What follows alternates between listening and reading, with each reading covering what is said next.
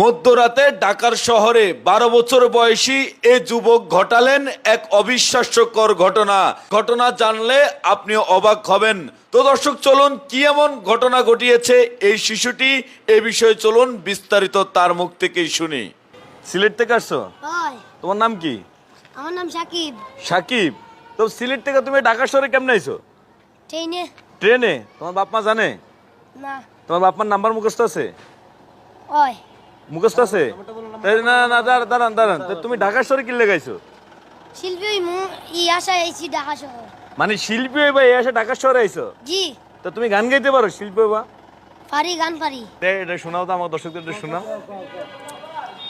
আমি কিস্তি তোলাম 8টা 10টা, আমি কিস্তি তোলাম 8টা 10টা, রেনগুলো সব খিলাফি, বউ মরিলে সিন্নি দেব।